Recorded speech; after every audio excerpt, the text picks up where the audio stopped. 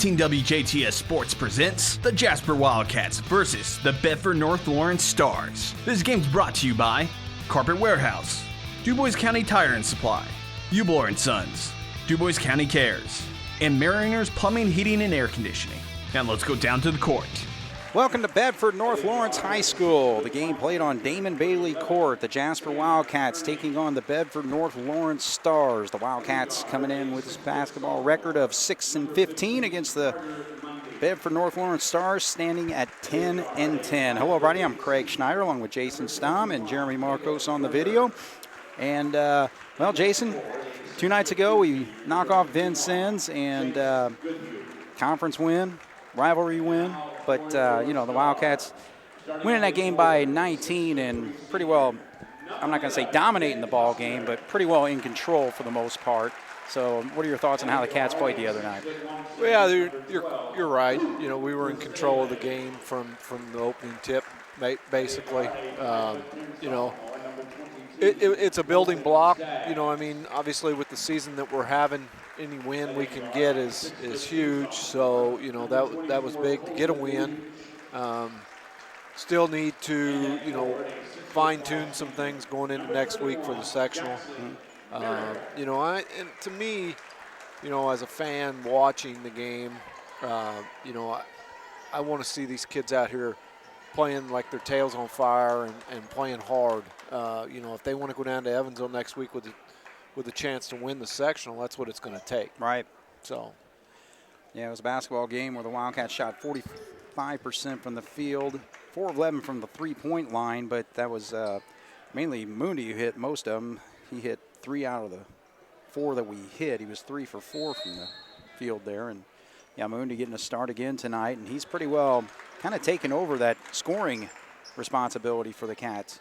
Yeah, he has. And we've been kind of longing for that, biggest part of the season for somebody that, we can go to score.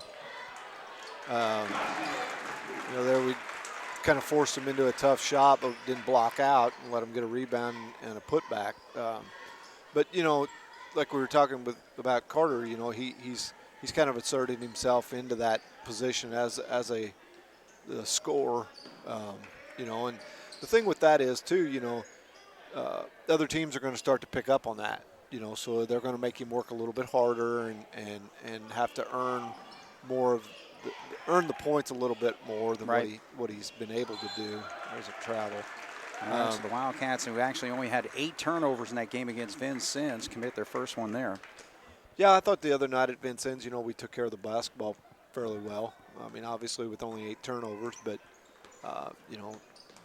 if you can keep the turnovers under 10 in a high school basketball game, you've got a chance to win.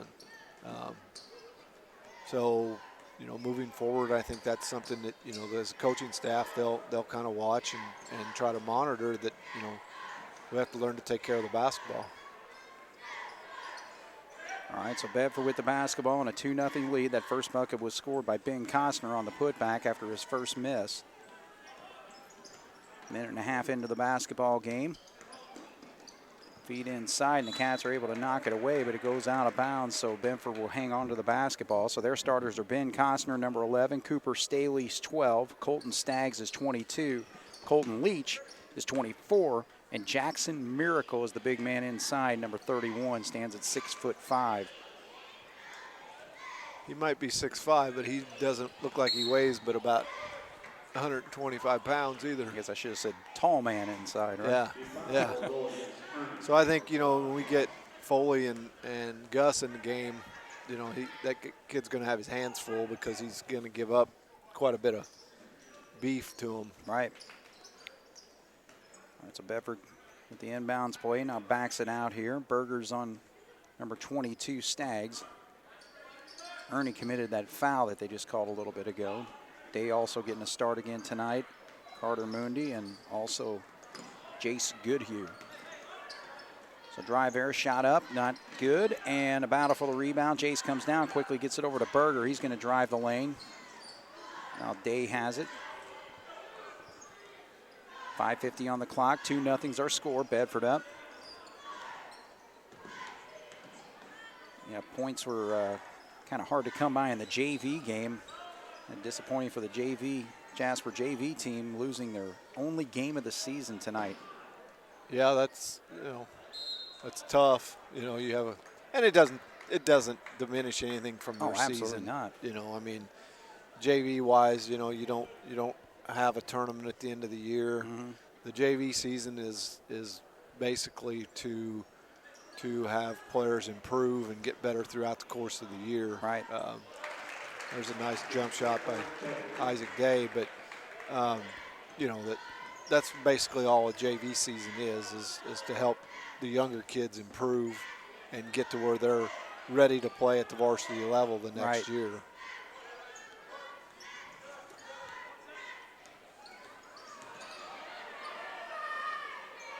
Jasper looks like, starting out here, we're doing a pretty good job on defense. We're being aggressive. We're moving our feet. We're making Bedford earn everything that they're getting. Yeah, the thing is, they've mostly kept it outside the arc, not been able to get to the lane other than that first play of the game. Yeah, I mean, for having a 6'5" guy inside, they don't look to utilize him. Right, they've been kind of kicking him out in the corner there. All right, so the bucket there was by Colton Leach, 4-2. Bedford on the lead. Of course, they are coached by Jeff Hine, former Vincennes coach, and Carter pops his first three-pointer of the ball game. Yeah, Jeff Hine actually moved over here to the Bedford area and then ended up taking over as their head coach last year, going 15-10, and he's got his team 10-10 this season. Yeah, Bedford plays in a very good conference, the Hoosier Hills Conference. New Albany, Madison, Jeff, Columbus East, Seymour, Jennings County. I might have left one of them out there, I don't know. Oh, yeah, Hoosier Hills Conference. Actually, Floyd Central, New Albany, and Jeffersonville are on top of that right now with 5-2 records. Bedford's 3-4 in their conference. So again, tough every single year. So there's another drive to the basket. It's a second bucket hit by Leach, so he's got 4 points. Bedford out to a 6-5 lead. That was pretty good defense, so that kid just kind of flung that up there out of nowhere. And Carter's able to drive to the lane there and draws the contact, so he'll shoot two. We'll see a couple substitutions as Allbrand's set to come in along with Gus Heichelbeck.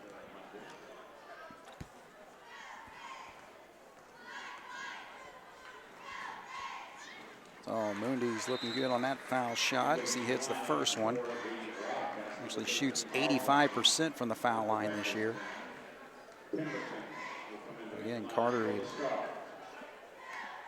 played a number of JV games this year, but then has worked his way all the way to the starter and leading scorer for the most part for this team over the last 5 games. So 2 free throws makes it 7-6, 3:36 to go here in the first quarter. Jasper against Bedford North Lawrence. Final regular season for the Jasper Wildcats tonight. And Bedford has one more game tomorrow night against Evansville North. Another drive there. Leach takes the shot, can't get it to go. Gus comes down with it. Carter's got an opening on the right side, kind of lost the handle of the ball there. Thought about that three.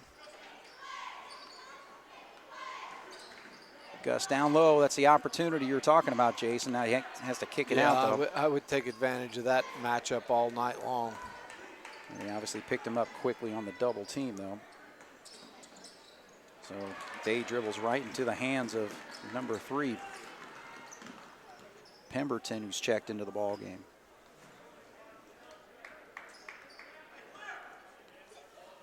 All right, so the Stars with the basketball, trailing the Wildcats 7-6, 2:35 on the clock here.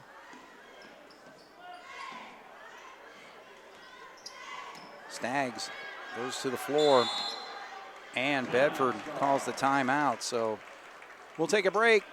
2:26 on the clock. Jasper leads 7-6 here on 18 WJTS. Here at Bedford North Lawrence High School, the Wildcats against Bedford North Lawrence. 7-6 our score. Cats are up, and we talked with John Gable the other night a little bit about, basically the rivalry he's had against Jeff Hine over the years. Of course, down in Evansville, Bossy for a few years. He started at Washington Catholic and then had 4 seasons at North Central, then a number of years at Boonville before he went to Boise, and then, of course, a long run there with the Vincennes Lincoln Alices. So big rebound there for number 31, Miracle.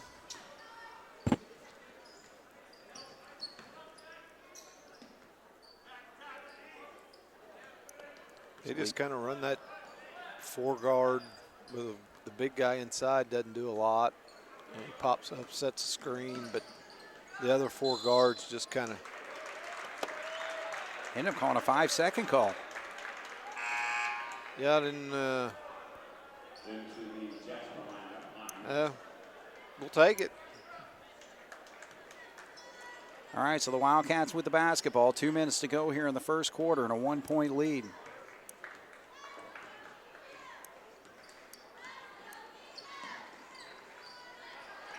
There's a reach around, and he's able to get the steal as Costner. And he goes on the opposite side and high off the glass and puts it up and in. So he's got 4 points, 8-7. Jasper trails by 1 now.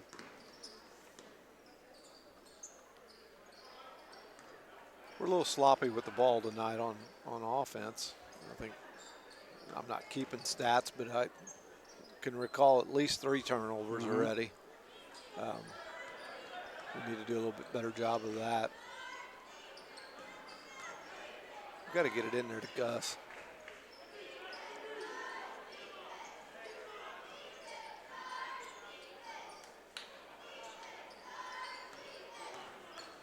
Heim gets to the lane, picks up his dribble, kicks back out to Allbrand. Screen set there by Gus. Now he's got a chance to pop a 3, and just a little bit short. Inside a minute, 52 seconds to go.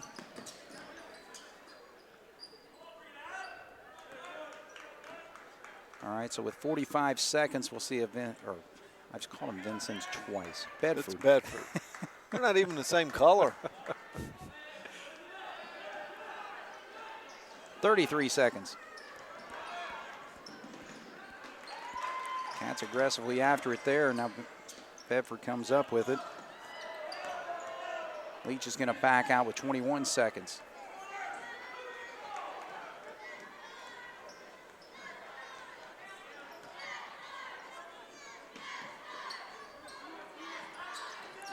And Costner didn't quite have a control of that ball, so I guess you couldn't call travel there. Now Gus gets it knocked away as we tried to get down court, and a half-court shot doesn't go. So, well, I would say just first quarter of sloppy basketball so far. Yeah, it wasn't a very well-played quarter on either side, really. I agree. Well, it ends with Bedford with a 1-point lead, 8-7 here on 18 WJTS.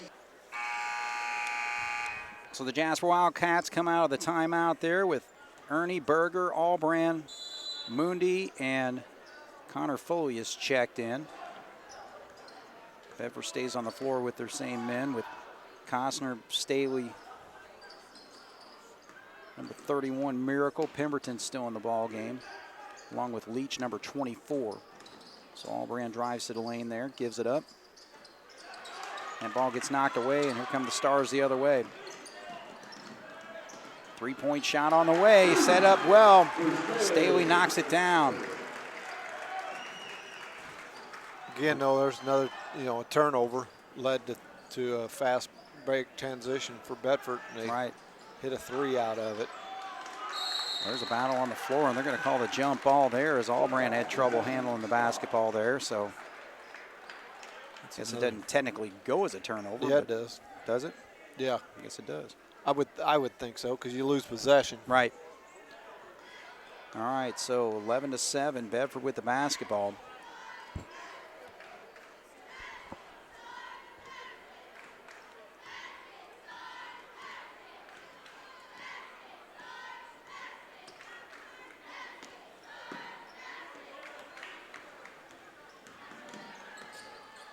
Each kicks out to Staley there. Carter Mundi guarding him. And he loses the handle and travels with the basketball. All right, so substitution. We got coming back into the ball game, Colton Staggs. That's going to set Staley down. So we'll see how deep Coach Hine goes with his bench over there. So far, just one or 6-man rotation they've utilized so far in this ball game. 6:53 to go. Jasper trailing by 4. As John Gable sends Day over to the scores bench, getting ready to come in. Short by Carter there. Got a good look. Looked like they were in a zone that time, and somebody got the ball in the low post and did what they were supposed to. Looked to the opposite side, and Mundy was wide open. On that play, they were able to feed it right over to Pemberton, who pops that shot from the corner. So they've hit 2 3-pointers and making it 14-7 as we take a break. 6:28 to go here on 18 WJTS. All right, the Jasper Wildcats call the timeout there. We got to find some sort of offense in this ball game, Jason. Yeah, we're a little stagnant right now. The Bedford's in like a 1-3-1 zone. They're not really trapping out of it. They've got the big 6'5" guy out on the point trying to cause a little havoc with deflections. They halfway trap, but they're not going at it hard. That's the thing with that 1-3-1. If you're quick enough with your ball movement, you can get that shot in the corner over there, and I think that's what Carter was trying to set up for him. You know, and that's the biggest thing you try to teach kids is, you know, to beat a zone, you got to pass the ball. Yeah. Don't dribble, pass it, because you can pass it from one point to the other a lot faster than what you can dribble it. So, you know, you got to look to pass. You got to look to be ready to shoot there like Berger was. Right. So, again, that's what the offense is designed to do against that zone, and Berger's able to pop that one. So 14-10, Jasper's cut the lead to 4. They leave Costner open. He's way off on that 3, though. I think I'd leave him open all the time. Right. I haven't seen him. His shot doesn't even look like a pretty shot.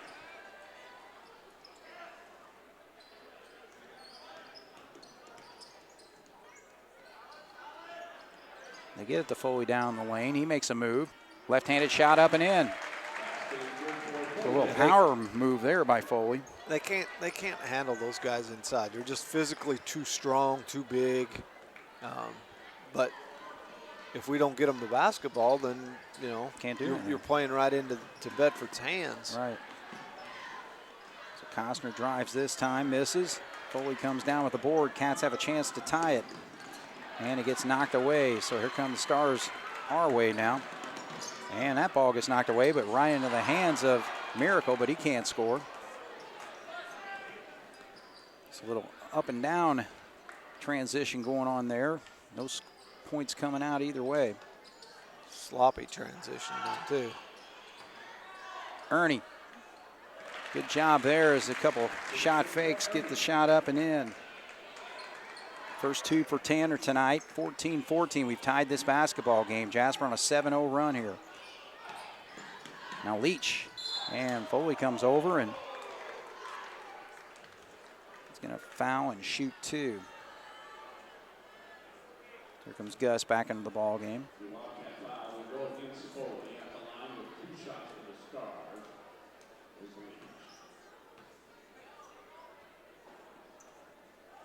Leach is long on that foul shot. So Foley's going to sit down. First time in the basketball game tonight is Caden Bennett, number 15. Himes in for Jasper also.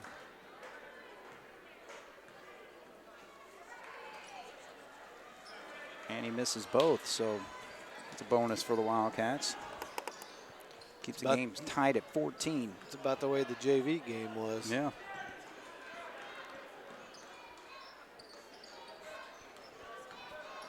Day drives, pushed his man off there and loses the handle of the basketball. He did. Kind of sent Leach back, but he was able to get the ball and save it. There's a long 3-point shot fired by Bennett. He just came in, didn't he? Yeah, he sure did. Come in off the bench firing. No kidding. Long range. Good job by Gus to get good position. First 2 for Gus. Makes it a 16-14 lead. Now the Wildcats on a 9-0 run and have the 2-point lead. 3:13 on the clock here in the first half.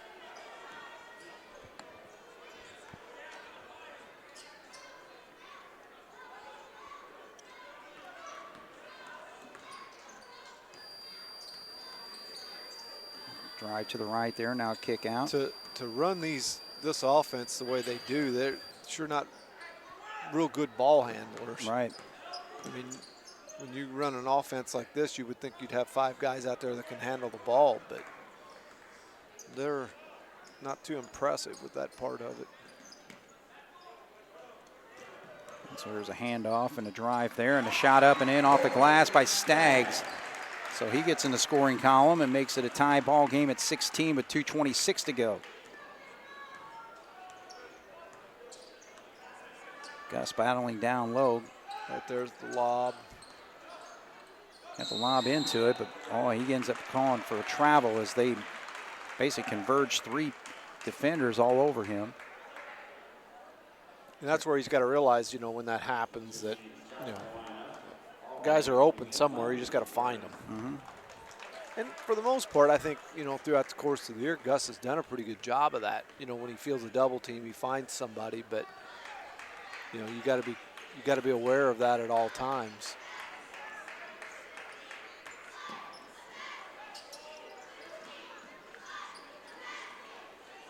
All right, so we got 2 minutes to go here in the first half, 16-16. Cats picking up the pressure. Good job there by Ernie. He'll drive. Cannot get the shot up, but the contact will put him to the line. So not really many fouls. No. Just 2 fouls so far on Bedford, 3 on Jasper. Yeah, from that standpoint, it's been a clean game. Yeah. All right, so 1:51 on the clock. And Ernie pops that free throw. He's really improved his free throw shooting.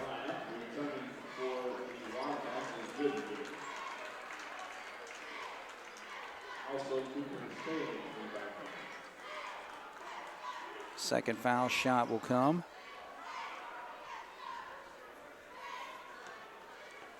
So Bedford's also first time in the ball game is number 25. That's Josh Blunk. Englert's going to come in for Ernie.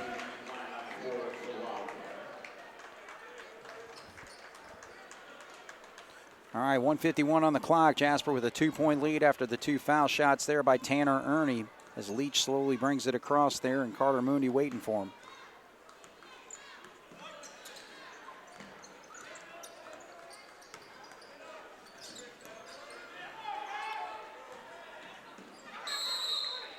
All right.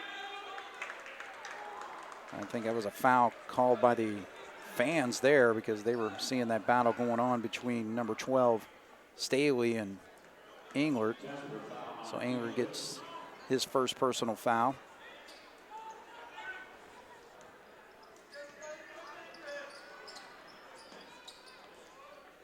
Englert's given up a little bit of size to that kid, but. And Leach just dribbles right off his leg and out of bounds there, lost control. That's like the 3rd or 4th time he's done that, Mm-hmm. And it's like, if that's part of your offense, you would think you'd be better at that. I agree. I mean, it's just dribbling. Yeah. They've dribbled it off their foot. They've kicked it.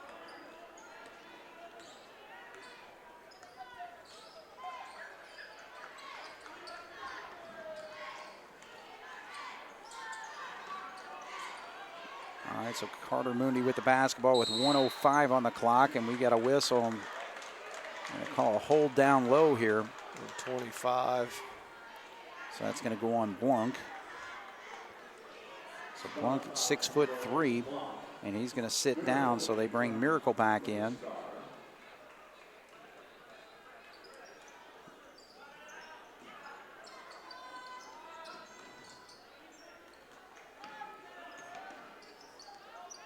So Stars back in the man-to-man here as leaves Carter wide open, but he's short on his 3.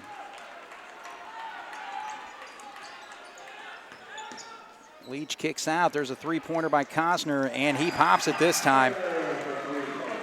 So he's got 7 there 19 points. It makes it a 1-point lead for the Stars with 39 seconds to go. We need to be patient here and get the last shot. There's aggressive play there by Leach, and he's able to convert on the other end. So Bedford on a little bit of a run here now. 21-18 now with 20 seconds to go.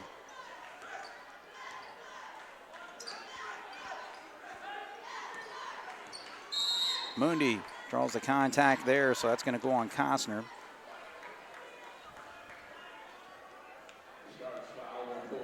So English going to check back in. Berger's going to sit. So 11.6 to go. Jasper trailing by 3 as we come towards the end of the first half. Allbrand tried to feed it there, but it got knocked out of bounds, so they'll hang on to it with 7.2. Gives a chance for Gus to get into the ball game. Maybe either post up down low or pop out for a 3. We'll see what happens here. Yeah, usually what they'll do, they'll run a set play here, whatever it is. You know, probably for Gus or possibly Mundi. All right, so they feed inside. Now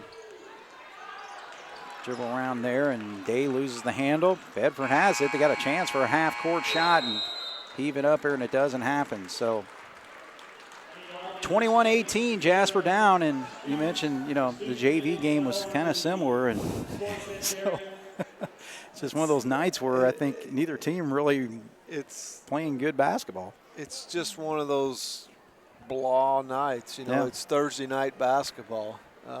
You know, you drive an hour and 15 minutes to get here, you know, and it's not an excuse. I mean, 18-year-old, 16, 17, 18-year-old kids should be ready to play when they get off the bus. Right.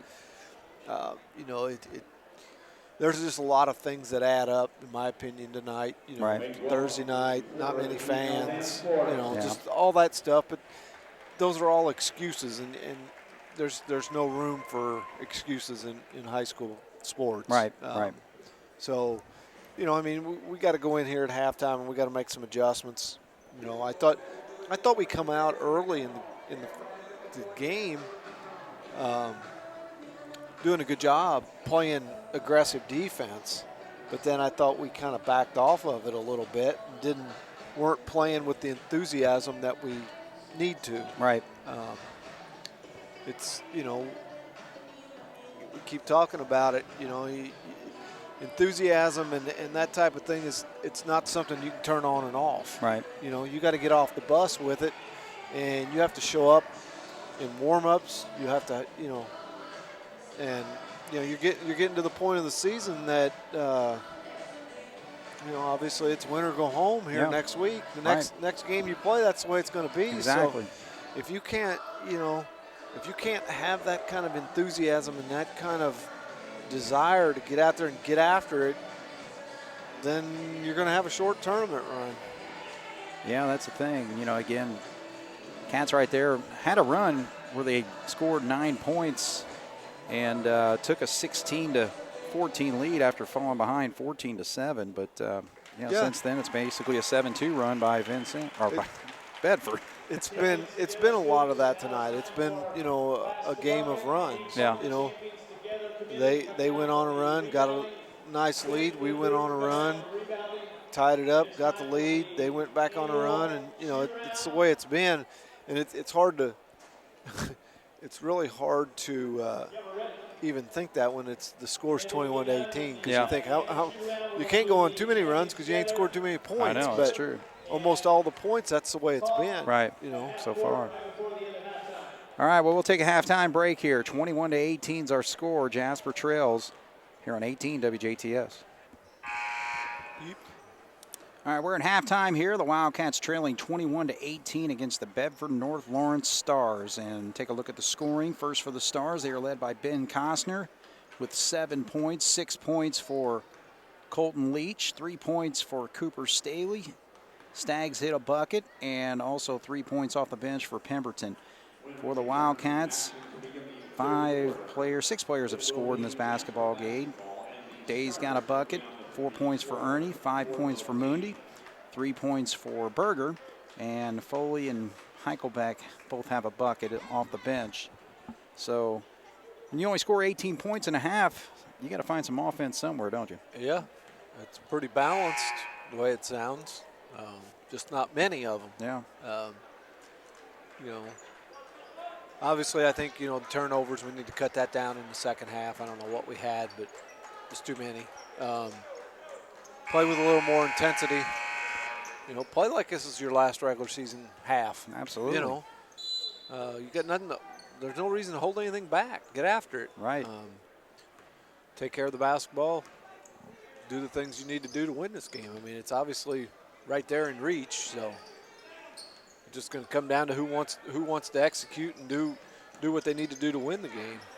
Well, Mooney does a nice job there with a little teardrop shot. So he gets the Wildcats on the board here, 21-20 now. 7 points for Carter as Cats as 99.9% of the time aggressive in the man-to-man defense. And look at Costner. He felt like he knew that shot was going in. So he's got 9. I've seen him shoot about 4 shots tonight.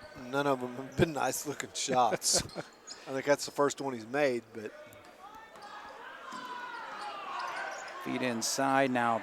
Goodhue gets it, and good job by Ernie to feed him for that easy bucket. That was good interior passing.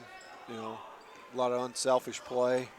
Get the ball to your buddy that, you know, might have an easier shot than what you do. Well, Goodhue's going to be called for a foul there. Yeah, you could see that one. He just put a forearm shiver into the guys he was trying to cut through there. Yep.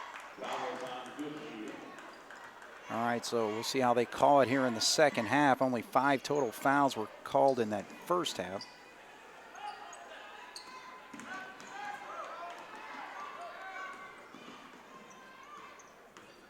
Costner gets to the lane. Now he has to kind of double pump and slops it up and ends. That's another one. So he's got 9 points in his basketball game, but yeah. I mean, they're all off of some unorthodox shots. Let's just put it that way, the nice way. 3-point lead for the Wildcats, 25-22 as Day sets up for a 3 and pops that. So I'd like to see him get on track. He is the Wildcat leading scorer this season at 10.4. He's got half of that with 5. Tie ball game, 6:04 on the clock here in the second half. Start things off here in the third quarter.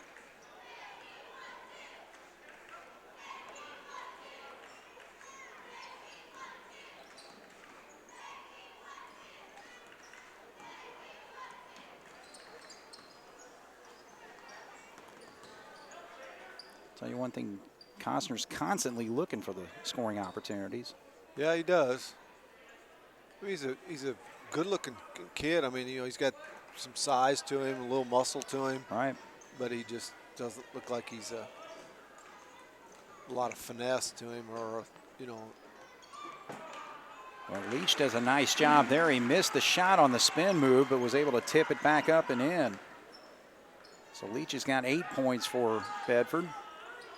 27-25, they lead by 2.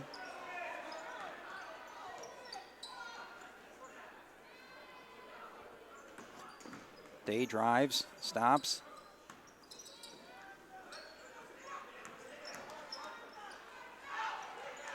Three-pointer by Berger, he pops that. That's his second one of the night.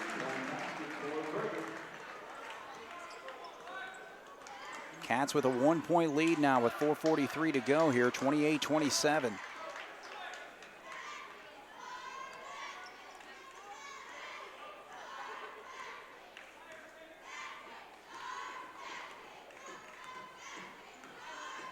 Screen set for Leach. Now he gives it up to Costner.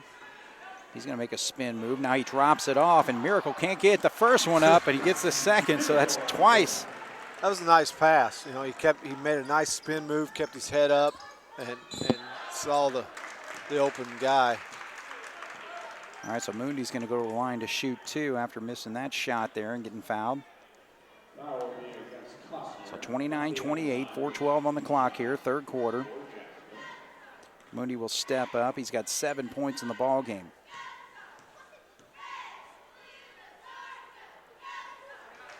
Pops that one. That was a second personal foul whistled on Costner tonight.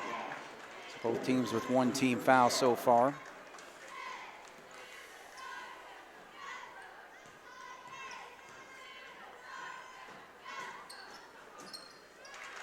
And Mooney 2 for 2. All right, so we got a timeout on the floor. Jasper with a 1-point lead, 30-29.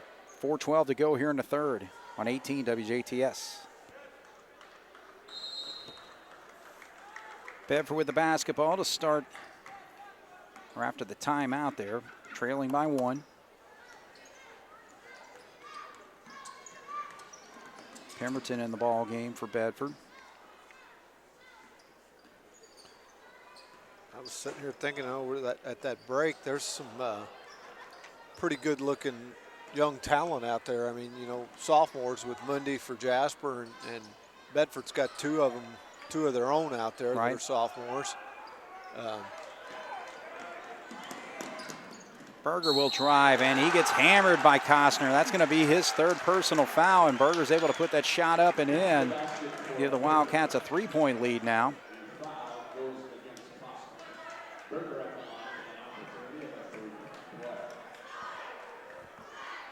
So the Cats have outscored Bedford 14-8 here in this third quarter to take this 3-point lead after trailing by 3 at halftime. Now make it a 4-point lead.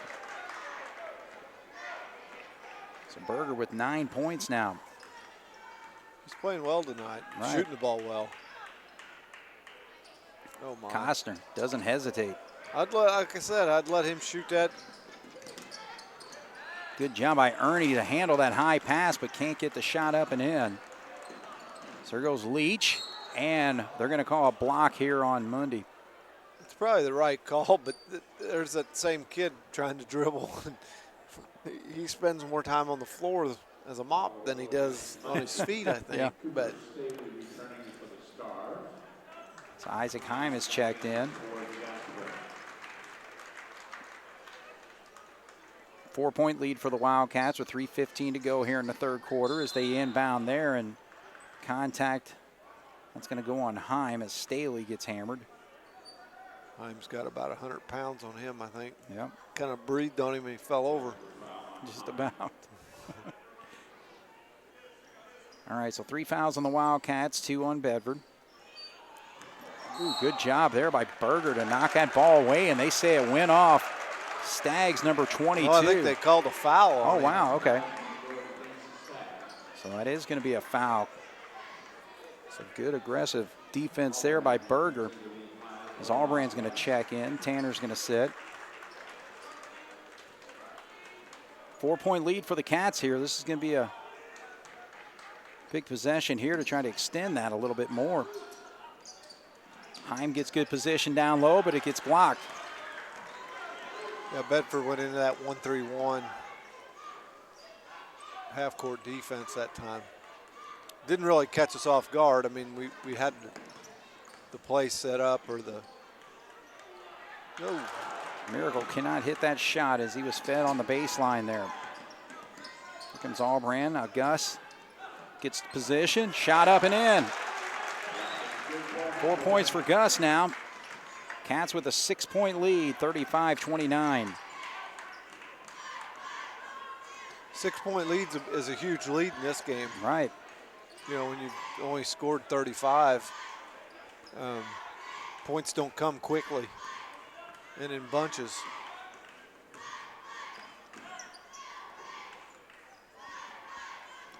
These Cats have almost doubled their output from the first half. They scored 18. They got 17 in this quarter. Yeah. Leach will drive. Good job by Albrand. So here comes Day.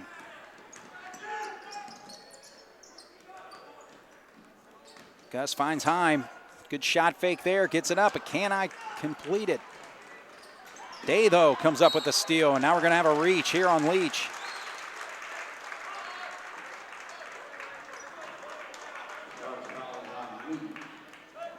All right, so we'll bring Tanner back in. We'll bring Carter back in. The two Isaacs will sit. Minute 47, Jasper with a 6-point lead in the basketball.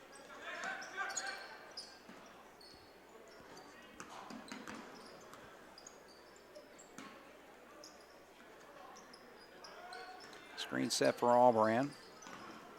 He feeds back on the pick and roll. And they're going to call a jump ball as Gus had trouble handling that pass. So Spencer Engler's going to check in. Foley's going to check in. So John Gable really working that bench.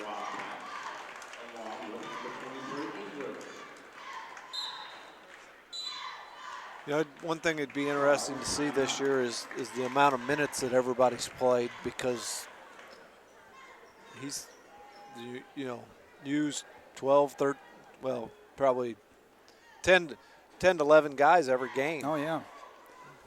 All right, well, we'll take a break here. 35-29, Jasper with the 6-point lead here on 18 WJTS. All right, we're back once again. Jason, you asked that question, and I just found the numbers here. We've had 9 players that average double-digit minutes per game. So, yeah, there's no doubt. Yep. Consistency as far as working that lineup. Yeah, we've used, you know, throughout the course of the year, you know, we've used multiple different lineups, multiple different players in different positions, and you know, that can help you out, you know, when it comes tournament time, when you got to have, you know, somebody gets in foul trouble, you've got somebody that's had some time played throughout the course of the year. So all right, so that bucket was hit by Staggs to make it a 35-31 game with 50 seconds to go here.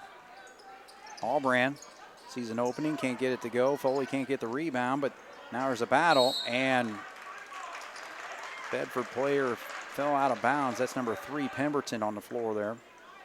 So Cats will hang on the basketball with 42 seconds to go here in the quarter. As Day checks back in, Englert will sit.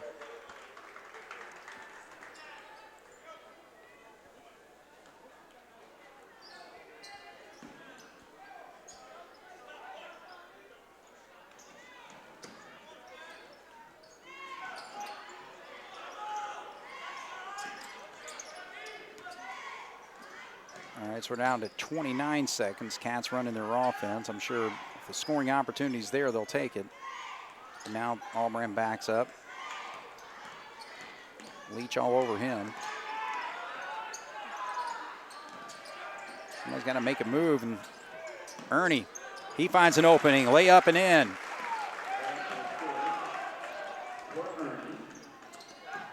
Three seconds. Leach. Allbrand on him. Leach gets in good position and gets a shot up and in right before the buzzer. Did a good job there. You know, he didn't panic. You know, he kind of knew how much time he had on the clock, and was able to get into the lane and get a layup. All right, so that bucket makes it a 4-point game as we end the third. 37-33. Jasper leads here on 18 WJTS. Well, the Wildcats scored 19 points in that third quarter, outscoring Bedford 19-12 to take his 4-point lead. But I'll tell you what, Bedford, 4 of the 5 guys on the floor have played pretty well almost the entire night. So we'll see if stamina comes into play here. And Foley takes advantage of the gamble by Miracle there for an easy bucket. Yeah, and again, that goes back to, you know, I said that from the start with Miracle trying to guard Foley and Gus inside. They just, he can't do it. I mean, it's nothing against the kid. It's just they're bigger, stronger, and quicker than what he is. Right. We should take advantage of that. There we got caught sleeping. Yeah, I was going to say they took advantage of a little nap there. So a quick, easy bucket there for Leach. Gets it back to a 4-point game, 39-35. Jasper still leads. 7:26 just underway here in the fourth.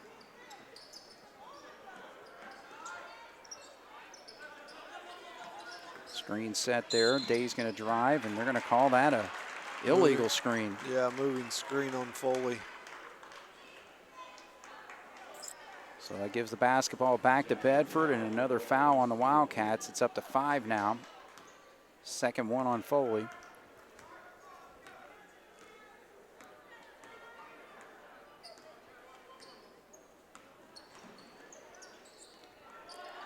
Set up there for a three-point shot is short by Staley. Now here come the Wildcats as Albrand backs up. Foley, he attacks. Jump stop, gets a shot up, and he gets hammered from behind. So Connor will step up to the line where he has hit only 33%. He's 10 of 30 coming into tonight's ball game. So big opportunity here for him right now to give the Wildcats a little bit of a cushion as he pops that first one. Good shooter's roll there. Absolutely. Smooth. Back of the rim. Still goes in.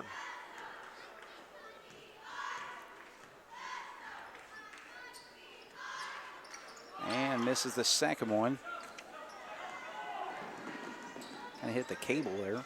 I saw that too, and they didn't blow the whistle. I know, that's what I was waiting for. All right, 40-39, Jasper with a 5-point lead, 6:49 to go here in the fourth. And that's an easy drive, my goodness. Way too easy for Stagg. Our defense, you know, is not too stellar down there on this end, on that end with the game on the line like it is right now. Right. We're giving too many easy shots. So 3-point lead for the Cats.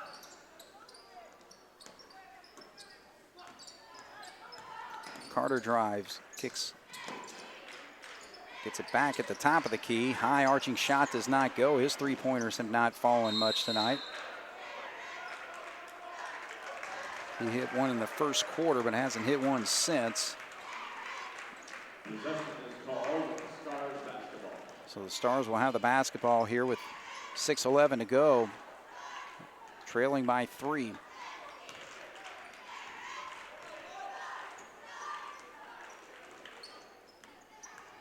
Leach cannot get the shot off the glass to go. Here comes Mooney, and he gets fouled from behind, so that's going to go on Miracle. So this, this could be a game that comes down to free throws. Yeah, that's very a 6-1 right there on Bedford. Very well could. You know, they've got 6. Jasper's got 5. And Jasper's actually hit the miss, or that free throw by Foley was the first one missed tonight. 8 of 9 so far. Bedford 0 for 2. Another moving screen. This time it's on Heichelbeck.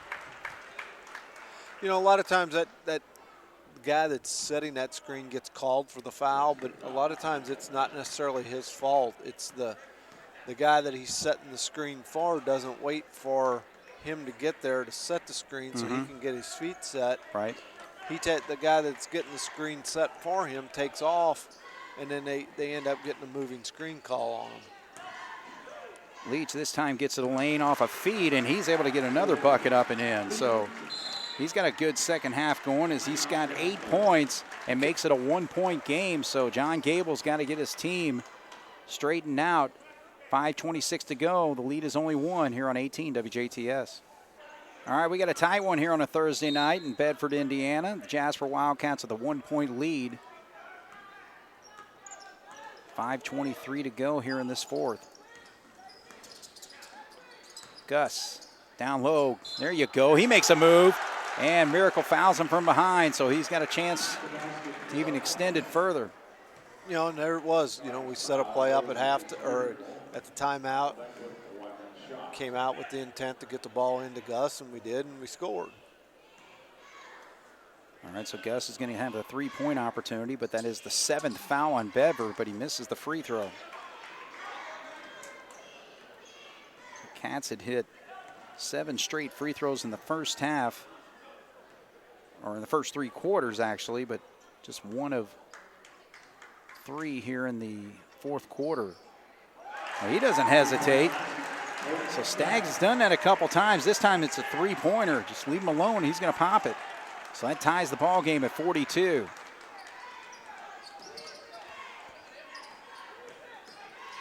Mundy goes right around Miracle and gets the shot up and in. He saw that opportunity just on the mismatch, really, there, Jason. Yeah, that's exactly right. I think they got caught in a little bit of a switch on a screen or something, and Mundy had the quickness to get around that guy. All right, so Staggs with the basketball, playing with a lot of confidence. Leach is not hesitant on his shot as he drives to the lane, but good job here by Ernie to disrupt that, and he comes down with the rebound. Gus down low.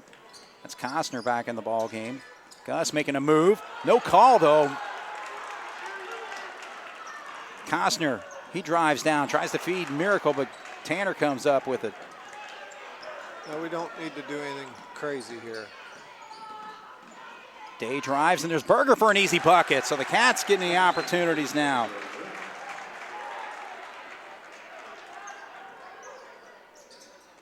Berger now in double figures. Now there's going to be a foul and a three-point opportunity for Pemberton, number 3, who hits the shot. All of a sudden, everybody got excited and want to go and play now. Things picking up. Last 4 minutes of the game, everybody's like, well, it's kind of ho-hum for 3 quarters. You got the energy, I guess, here at the last. well, that's for sure. Nobody's overexerted themselves. Right. All right, so Pemberton's got an opportunity for a three-point play and takes advantage. So he's got 6 points off the bench tonight and makes it a 1-point game, 46-45 with 3:36 to go. Mundy coming off the screen, not open.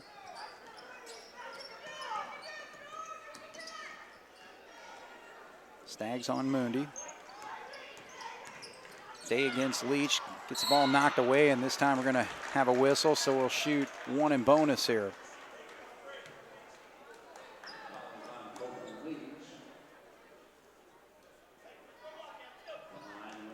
So that's the third foul on Leach. Still in the 1-and-1 here, so need to hit the first one. Isaac in and out. Cats just 1 of 4 from the foul line. Again, fourth quarter is crucial to be hitting your free throws if you're going to close out a basketball game. 1-point lead for the Cats as Leach drives, and he'll go to the line to shoot 2.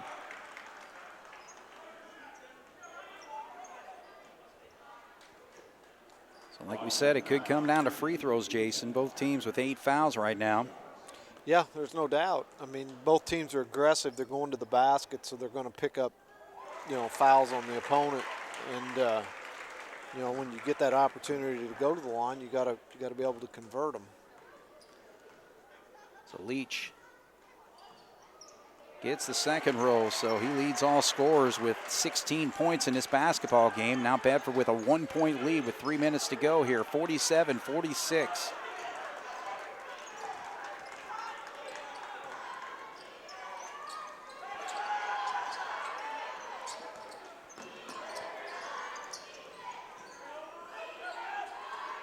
Leach picks up Day.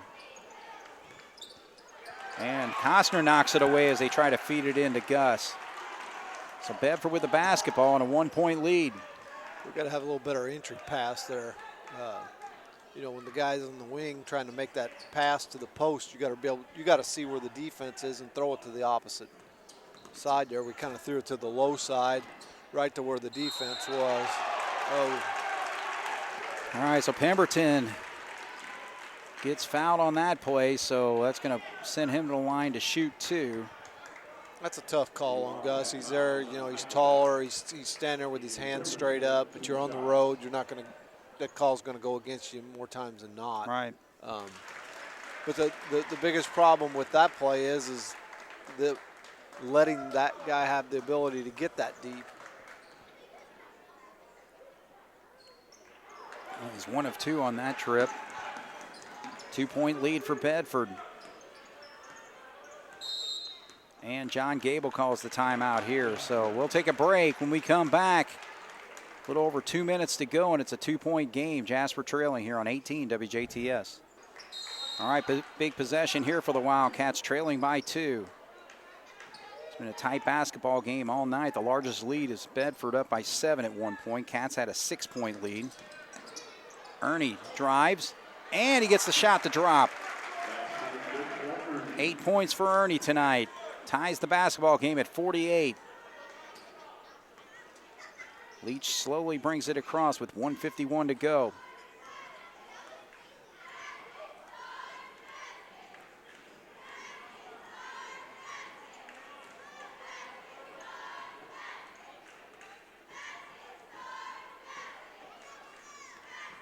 Now they start the count as Ernie drives or picks him up. Leach tries to get to the lane. Now he backs up. 1:27 to go. See if he's able to dribble their way out. But Costner, he gets it out. Whoa. Sets up a three-pointer, but way short on it. But Leach gets the rebound and puts it up and in. Air balls are a lot of times are tough to rebound because you know. Mundi can't get it to drop, but he's going to shoot two. So Leach's shot over there gives him 18 points in the ball game. Back to what I was saying on an air ball, you know, it's hard.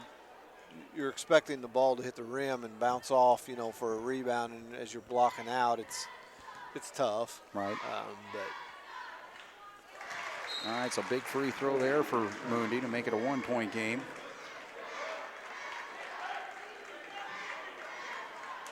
So Mundi with 12 points tonight.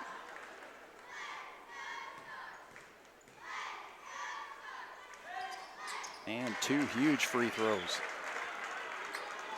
All right, so 1 minute to go. The ball is in the hands of Bedford, and we got a tie basketball game at 50.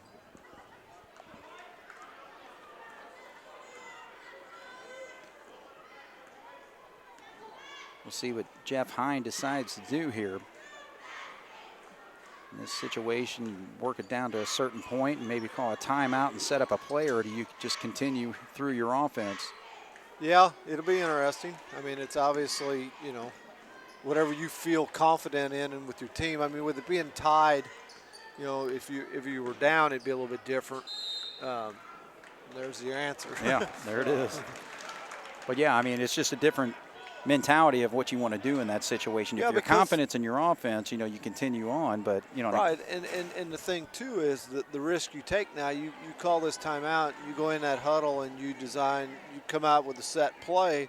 Well, all of a sudden Jasper comes out in a different defense. Right. Now what do you now you've got things all. So I wouldn't be shocked to see Jasper come out here out of this timeout into that little trap defense that they run. Yeah. You know, the risk that you run doing that, though, is when you trap like that, you're leaving somebody wide open. Right. And if they get fortunate enough or lucky enough to find that guy, he could end up with a layup. Yeah. Now you're down. Yeah. So, you know, there's pluses and minuses to both ways, you know, that you can look at this and things that you can do out of it. Right. So that's why these coaches get paid the big bucks. They big bucks, They get to come up with those. I'm sure they'll argue with you. Yeah. But. All right, so our situation, 9 fouls on both teams. We're even on the scoreboard, 50-50, 26.8 on the clock. You know, Leach, they've actually got him on the board there with his 4th foul, so see if that comes into play, because again, he's their primary ball handler, but he's in the ball game obviously right now with 26 seconds, and he's going to slowly bring it up.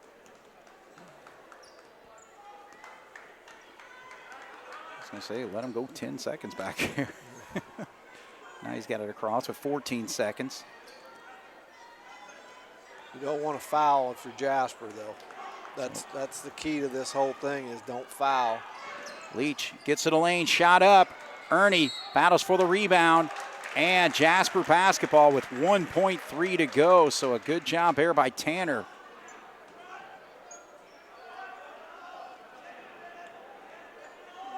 See, in this situation, I mean, what's that going to do? Well, it's a long heave, but I was thinking it's like, you know, why not just lob it to at least half court so you at least get a better opportunity. But, all right, so we're going to overtime. Tied at 50 here on 18 WJTS. Well, it's overtime, and the Jasper Wildcats playing in their 4th overtime game. They lost to Linton Stockton to open the season in overtime, beat Southridge, and then played a double overtime game and lost that heartbreaker 68-65 against Forest Park. All right, so Bedford gets the tip there. Bedford outscored the Wildcats 17-13 in that 4th quarter. Like you said, the key to this is to watch 24, the guy with the ball right now for Bedford. You know, he's their leader out there on the floor, but he's also got 4 fouls. So whoever he's guarding on defense, you want to be aggressive and take it at him. Right. Or somebody, the way he slashes and goes to the basket, somebody jump in there and take a charge off of him. Berger on Staggs there, and he hands off to Pemberton. Day on him.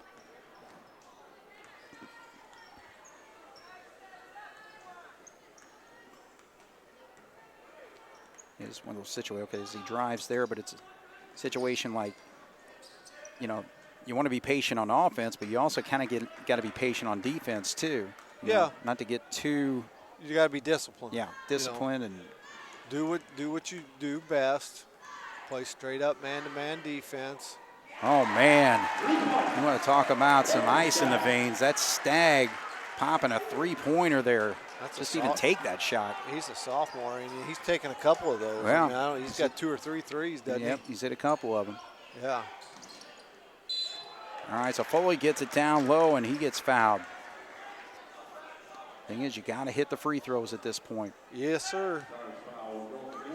So Stagg just 2 points in the first half. He's got 2, 4, 10 points in the second half with those 2 3-pointers included. 12 points for him, but Connor's at the line, and good job there to pop that one. So he's 2 of 3 from the line tonight. He's definitely got the shooter's touch tonight, the roll. Right. Just needed one more time here. And can't get the second one, though. 2-point lead for Bedford in the basketball. Ernie on Leach. Kick to the corner. They're not being hesitant. And why not? That's 2 3-pointers they pop.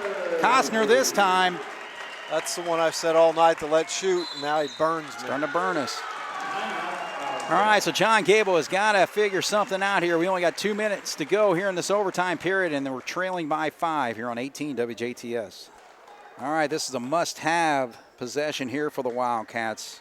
2:08 on the clock, trailing by 5 now. 2 big 3-pointers hit by Bedford in this overtime period. Yeah, you don't want to come up empty here. You don't need a 3, but you need to come up with some points of some sort. Carter, Costner picks him up, and he's going to go to the line to shoot 2 free throws, as that's double bonus time. So Carter Mooney will step up, again, an 85% foul shooter.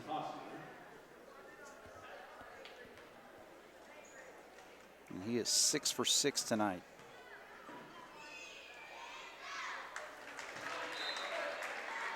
And he shoots is just like shooting in the KFC free throw contest. He's nothing but net.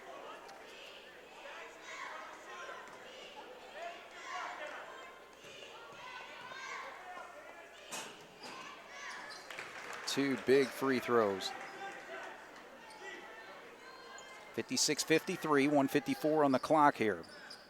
Cats battling the Stars in overtime. Staggs just made the Wildcats pay with his 3-point shooting here in the fourth and overtime period. You just got to play good defense here. I mean, you're in good shape. I mean, you're only down 3, minute and a half to go, but you just, play good defense, force them into something that they don't want to do. Staley drives there and actually forced out of bounds by Goodhue, so that's going to be a foul on him, and that's going to be double bonus now for Bedford. Yep, everybody's shooting 2 from here on out. Takes a little pressure off that first one. You don't have to hit the first one to get the second one. Yeah, but the thing is, you pop that first one, and that now makes it a 2-possession basketball game. That is correct.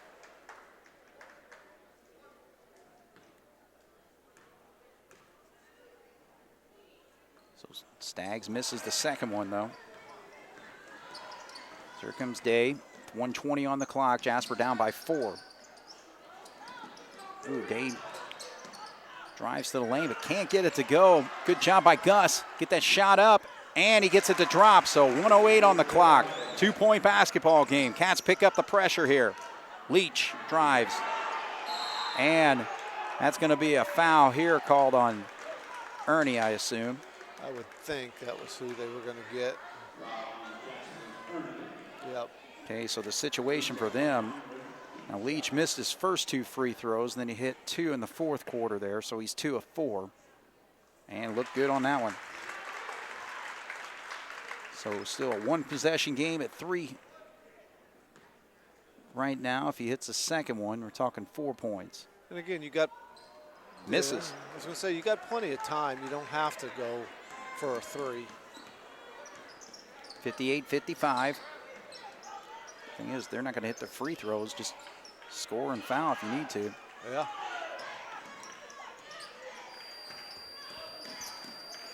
Kick out. There's a 3-pointer by Ernie, but way short. And Costner comes up with a rebound with 39 seconds. Cats are going to have to do something here. 35 seconds.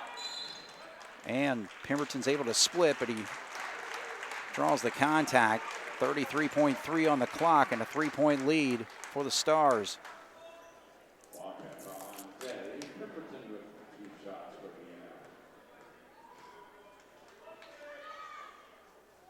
So they're not popping their three. They're letting us hang around and giving us an opportunity here. You got to take advantage of it. So this is a big one for him. If he hits it, it makes it a 2-possession game. Misses it, so Cats still in it. 29 seconds, and John Gable wants the timeout. All right, so 58-55, Jason. Again, you still got plenty of time with 28.6. Quick score, so do you draw up a play just to get that play maybe into Gus or somebody who can score a quick one and keep playing that game? There's a lot of different, philosophies and things you can look at doing here. I mean, it's a three-point game. Bedford could come out and foul, put Jasper to the line to shoot 2. Mm-hmm. They can't score 3 if they're shooting free throws, if right. they block out and do what they need to do. So that's an option. You don't see that a lot, but again, like we talked earlier, Bedford could come out now into that 1-3-1 zone defense that they had. Mm-hmm. The problem with that is, in the zone, that a lot of times it leaves guys wide open on the outside. So, again, it's what we said a while ago. That's what these coaches get. This is what they get paid for, and this right. is what this is the fun part for them. Sure. Is little bonus basketball, and they get it's strategy against strategy. Right. All right, so the Wildcats will have the basketball on the side there as Ernie's going to inbound. 28.6, Bedford 58, Jasper 55. Let's see how it plays here. I'm looking to guess Mundy, Heichelbeck, or Berger possibly. Berger, 3-pointer, long though. And coming down with the rebound. Staggs with it, so he will go to the line and make that long walk, but all he needs is 1 free throw. He shot him decent, I think, hadn't he? He was 1 of 2 on his last trip there. Okay. So 16.5 on the clock. Again, make or miss, get the ball down the floor and score quick. Short. They're letting us hang around. Absolutely, because in this overtime period, they are just 2 of 7 from the line. Yeah. But the big one's right there. All right, we'll take a break here. 2-possession game right now with 16.5 to go. 59-55, Stars over the Cats here on 18 WJTS. All right, Jason Stamm, the situation here, you got to score and score fast. Yeah, you obviously don't have to have a 3, but you got to get the ball down the floor and get the ball in the hoop somehow, some way, as quickly as possible. All right, so again, it's a 4-point game, guys. We got to score. Ernie pops it, doesn't go. Days standing on the line, so yeah, Bedford is going to win this basketball game in overtime. 2 seconds to go and a 4-point lead.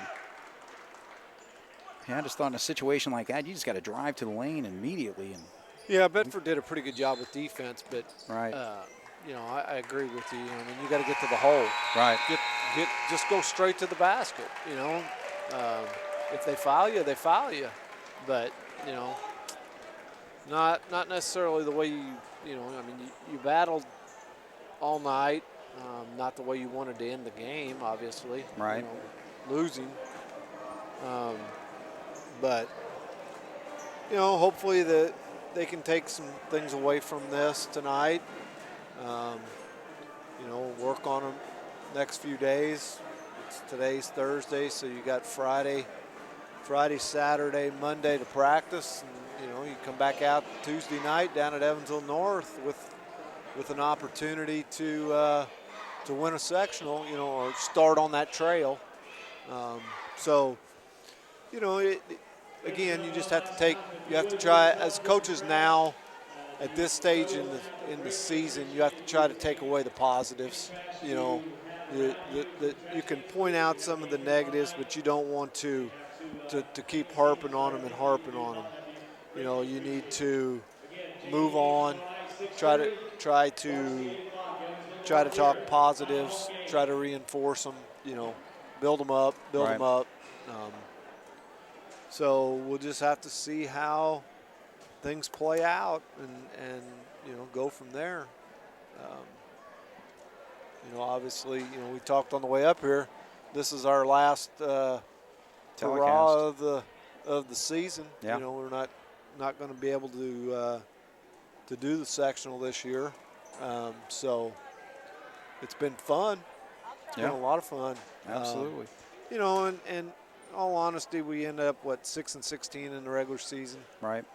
Obviously, it's not the season that you wanted or anticipated, but sometimes that's what happens with things. You get things that don't go the way you had anticipated that they would. But moving forward, it's been a learning year for them. Hopefully they've learned enough that they can come out next week and be able to put together, a couple good wins and give ourselves a shot to win a sectional. Right. But there was some highlights this year. Some guys got some improvements. Like you said earlier, Mundy started the season playing half of the JV game and then playing quarter or two of the varsity game. He's moved his way all the way up to where he's been a varsity or as a starter now. Mm-hmm. Overall we're fairly young. We do have some seniors sprinkled in there, but the major contributors to this team are the young guys. Right. Since we aren't doing the sectional, we can kind of reflect on on next year a little bit possibly. Sure. Yeah. I think moving forward, next year could be an exciting year for Jasper basketball. Right. But again, there's a lot of things can happen between now and then. Sure. There could be guys decide they don't want to play. There could be, who knows. Right.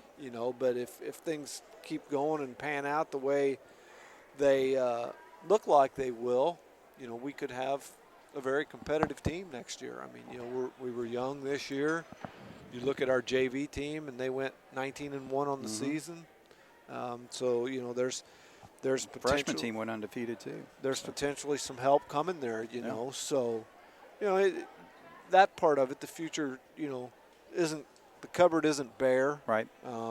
It'd be different if you had a good year this year and you had a bunch of seniors and your JV team wasn't that good and that type of thing. But looking forward, I think there's some potential here, but they've still got some unfinished business to take care of next week. Right. And we'll just have to see how it plays out. Well, the bottom line in a game like tonight, again, Bedford's always a tough, scrappy, tough place to play, and we're just back on their schedule after a few years off and all that. And of course, playing a team like Jeff Hines always going to put a competitive team, an aggressive team on the floor and all that. You really shouldn't hang your hat much to say, hey, we came in here in overtime, battled against a really good basketball program, Yeah, you're exactly right. I mean, had your season not been record-wise what it is, Mm-hmm. you would look at that and you'd say, hey, we went to Bedford, took them to overtime, lost by 4. Right. Yeah, you could.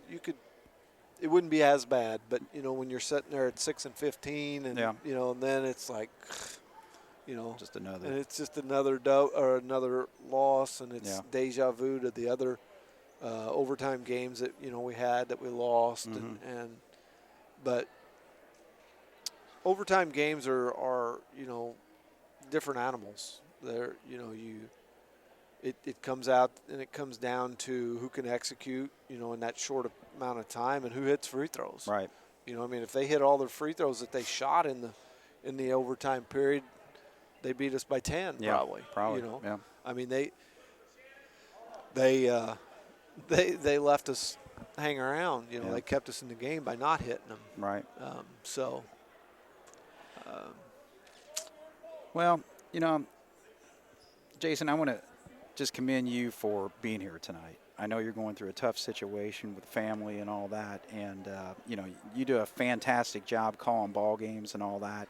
And I know how much Jasper sports has meant to your family and your parents and all that. And again, I just wanted to tell you that our thoughts and prayers are with you and your family tonight. Well, I appreciate that. It is a little tough time, but it's life. Mm-hmm. You get through it and you move on. So we just have to see how it plays out and go from there, I guess. All right. But I appreciate it. I love this opportunity to do these things.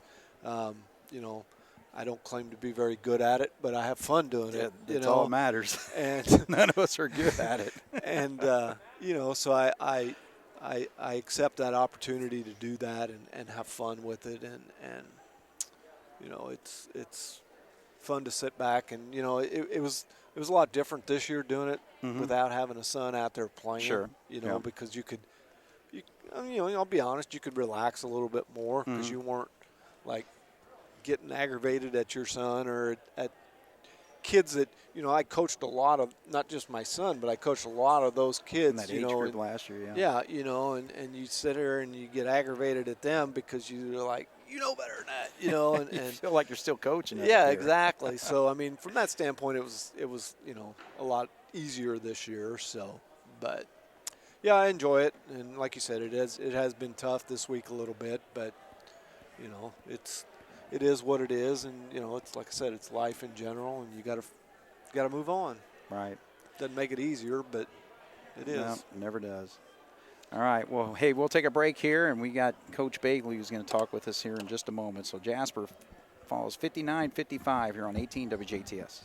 All right, we're back once again here. Jasper just comes up short, 59-55 in overtime here at Bedford North Lawrence, and we got Caleb Bagley to kind of break it down. So, Caleb, tough ball game. Yeah, I mean competitive. I thought, again, just to be right there to battle up into the overtime point. But, yeah, I mean, these games are the fun ones. They kind of have that tournament feel where you felt every possession was really big. They were very deliberate on offense at times, and, they made some really big shots there at the end of the game. And you have to give them credit. I thought our guys competed. I thought we battled when things weren't going our way. Right. And to have a chance, that's really all you can ask is to come and have a chance to win when you play. If you take that approach and you guard people and we weren't perfect by any means and we made plenty of mistakes, but we gave ourselves a chance to win in a place that's not always the easiest to come and play. Sure. So it was nice to see. I mean, I think we're getting better, hopefully taking a little bit of momentum into the sectional as far as our mentality. Right. Okay, and that was the thing as far as just this last stretch of the season and all that, and especially once you know who your sectional opponent is, but you got 2 ball games there, and you want to start making some improvements. What improvements are we making right now? Yeah, I mean, I think, defensive minded. I think we're, kind of getting our, our rotations are a little bit better now, I think, these last couple of games. But defensively, we've been much tougher these last couple of games. And then, we weren't very sharp in the first half on offense. We turned it over, I think, 11 times. And then, and in the second half, I thought we responded really well to that, where we took care of it more. We were valuing the ball. We weren't wasting any dribbles. We knew that once we put it on the floor, they were going to be physical and they were going to be hard to get the ball inside against us. And we in the second half, I thought we did a really good job of getting in there and jump stopping and making the right plays. And that's something that we've been really talking about here recently, was running better offense, valuing the ball and possessions. And we did a better job in the second half. I'm sorry, but. I just think it's been our approach these last two games. Mm-hmm. We've been more locked in. We've been more competitive. You've kind of had that look and like, hey, we're excited to be out here, where we haven't always had that all year long. Right.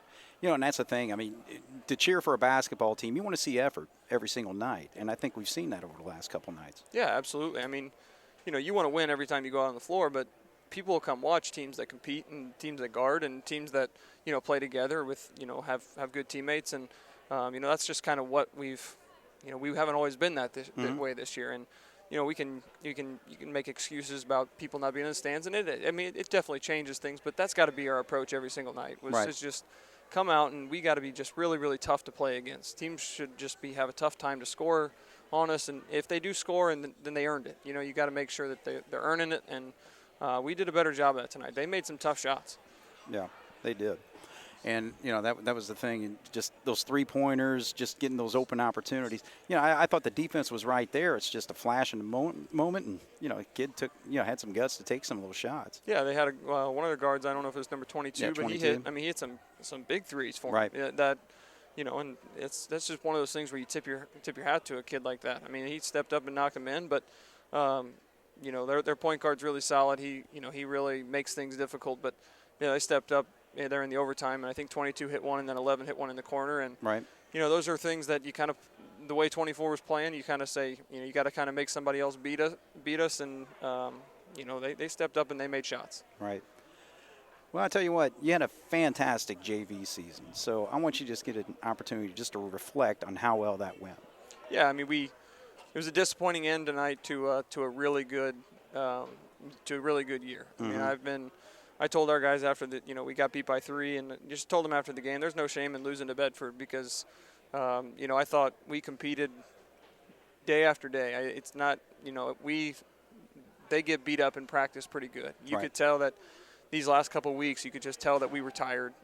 We were starting to get there, and I just kept telling them, don't give in to being tired, keep playing through it, and we did a really good job of that. We didn't shoot the ball well tonight, but we got off to a really tough start, and we just kept clawing on defense and found a way to. I think we may have taken the lead at one point in the second half, and you thought maybe we'd end up pulling it out, but these guys they've gotten so much better, and I told them that again tonight, but they don't realize it. But if we watched film of every practice, if we had a film of every practice, we would see huge improvements from all of them.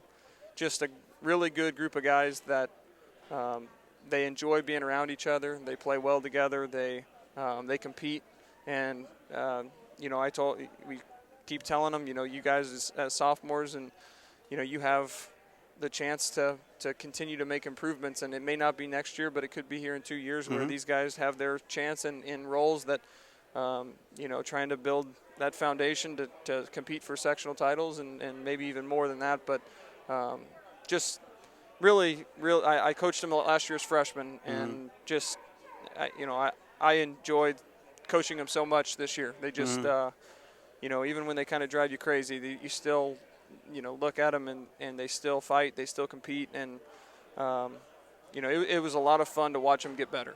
That was the most enjoyable part, whether or not we won or we lost, and we won more than we lost, but just really, really enjoyed that our JV group of guys. Well, the impressive thing too is with the JV team and junior varsity teams, for the most part, your job is to get the varsity team prepared for the next ball game. Yep. Okay, so you don't get much opportunity really to work on things that you need to do as a team. But it's tremendous that you can tell that the effort that they have to give at practice and everything else really is shown once they get on the floor on Friday and Saturday nights. Yeah, there's no doubt. I mean, that's kind of what like I said, it wasn't about winning games. That was really the main approach this year. If we did what we needed to do, the wins would come with it. Right. But, I've told them many times, and every time you step on the floor as a competitor, you want to win, but there's no plaques, trophies, cutting down nets for JV teams. You know, it's just all about making your varsity team better, and then in the process, you're going to get so much better. And you know, like I said, we don't get a ton of time to work on our stuff because the varsity just, you know, they get after them in practice. We have a tough time running offense because we have a tough time getting open sometimes or dribbling the ball. So, but if you're able to do that, then offense becomes much easier when you're playing against, other competition. So our guys were just, you know, they competed every day in practice, and I do think they've been making the varsity better, and they've definitely gotten better in the process. Now, will the junior varsity continue to practice with the varsity as we get ready for the sectional then? Yeah, we'll start getting them together on a scout team tomorrow, and then we'll probably, you know, run through some essential stuff tomorrow, and then Saturday and Monday, and those guys will stay with us, and we got Central coming up, so they'll be acting like them as best they can.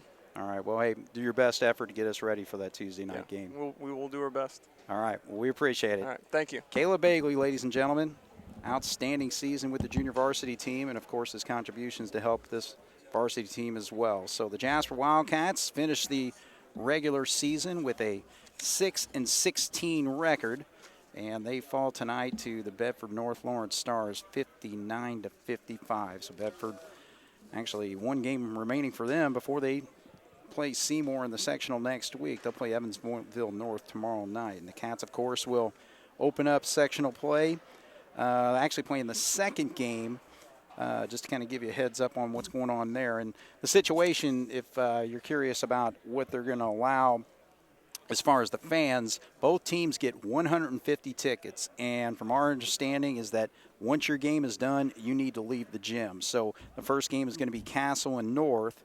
And once that game is over, and then they're going to have to clear the gym to allow the Central and Jasper fans back in to play their game. So that will be the second game. And, of course, the Wildcats playing Central earlier this year and falling in that basketball game. Trying to see what the score was. It was 45-42 back on January 26th, so it's an opportunity to kind of get a little revenge against the Bears. So, all right, well, this is concluding our season here. So, Jeremy, Jason, myself, Craig Schneider, Kirk Duxell helped out in some of the broadcasts as well, but we really wish we were able to bring you the basketball games next week, but unfortunately, just the IHSAA wanting to stream the games online, so we won't get that opportunity. So it's been a great season. We appreciate you watching Jasper Wildcat basketball here on 18 WJTS, and of course thank all the sponsors throughout the season that allow us to bring you these telecasts. So for Jason Stamm and Jeremy Markos, my name is Craig Schneider. Thanks for watching Wildcat basketball here on 18 WJTS. Good night. This has been a presentation of 18 WJTS Sports.